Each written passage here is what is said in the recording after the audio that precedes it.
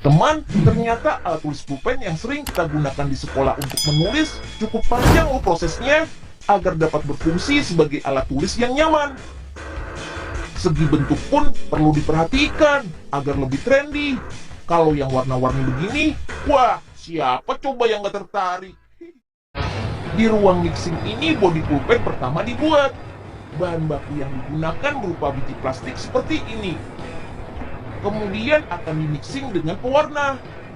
Karyawan di sini menyebutnya pigmen, teman. Siapkan dulu pewarna hijaunya ya. Di ruang injeksi biji-biji plastik akan dipanaskan sampai suhu 200 derajat Celcius. Setelah itu biji plastik dimasukkan ke dalam drum dan dialirkan melalui pipa ke mesin hopper. Jadi nggak usah susah-susah lagi ngangkat-ngangkat biji plastik yang berat ini. Wih, hebat! Lewat mesin ini biji plastik akan dilebur dan diinjeksi membentuk bodi pulpen. Simsalabim! Jadi deh, dalam sekali keluar akan membentuk 24 bagian bodi atau barel, teman. Dari tiap mesin beda-beda bentuk keluarannya. Ada bagian bawah pulpen atau end cap, tutup pulpen atau cap, dan poinnya. Semuanya dilakukan bersamaan supaya semua bagian dapat selesai secara bersamaan juga. Oke, bagian pembentukan bodi selesai. Lanjut pada proses printing atau labeling. Di sini nih yang bisa membedakan jenis-jenis pulpennya dengan cara ditandai tipe pulpen di bagian barelnya. Per jamnya bisa mencetak 10.000 bodi pulpen loh. Wow! Oke, lanjut ke bagian yang gak kalah pentingnya.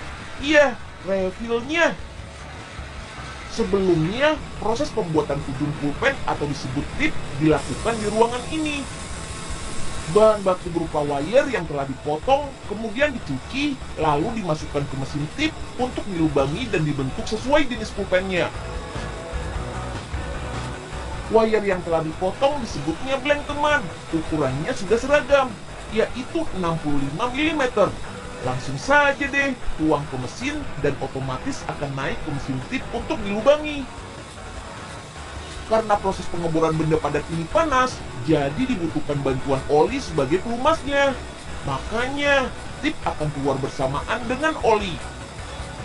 Proses kemudian akan menuju ke ruang pengisian tinta. Mesin ink refill ini bekerja 4 langkah sekaligus. Mengisi tinta, memasang adaptor, memasang tip yang tadi kita olah, serta menginjak silikon di bagian ujung. Pertama, 5 tube akan berbaris di mesin dan langsung diinjas tinta. Nah, tinta ini disebut tinta hybrid, teman. Perpaduan jenis oil gel yang berbahan dasar minyak dengan gel pen yang berbahan dasar air bikin hasilnya lebih pekat dari tinta biasa.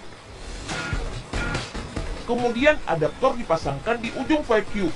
Adaptor inilah yang menjadi penghubung antar tinta dengan tip. Terakhir, penyuntikan silikon. Nah, kalau silikon ini fungsinya membantu mendorong tinta sehingga dapat turun secara bersih. Dan tada! Jadi deh!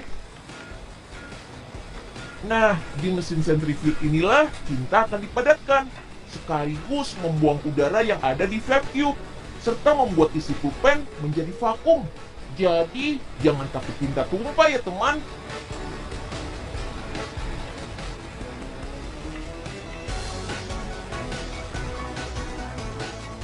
Sebelum dimasukkan ke bodi, di bagian coret dan sortir inilah pengecekan dilakukan apakah tinta berfungsi dengan baik.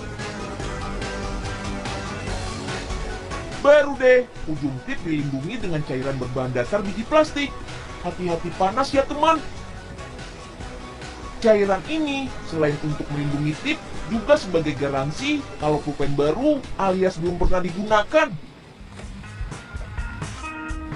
Masuk ke ruang assembling yang menyatukan antara bagian refill dengan bodi pulpen. Ada 6 warna untuk pulpen hybrid ini, teman. Ungu, pink terang, pink susu, hijau, hijau terang, dan biru. Pertama, pasang dulu rubber tube, isi refill, pasang end cap, point, dan capnya. Sip deh, dibungkus. Satu paknya isi 12 buah. Harganya murah kok, sekitar Rp2.000 saja. Untuk partai besarnya, pulpen akan dibungkus per 12 lusin dan kemudian divakum serta dimasukkan ke dalam kardus. Siap deh dikirim ke seluruh wilayah Indonesia. Dengan semakin banyak fasilitas alat tulis yang tersedia, semakin memudahkan teman-teman untuk pandai menulis dan berkreasi. Benar nggak tuh?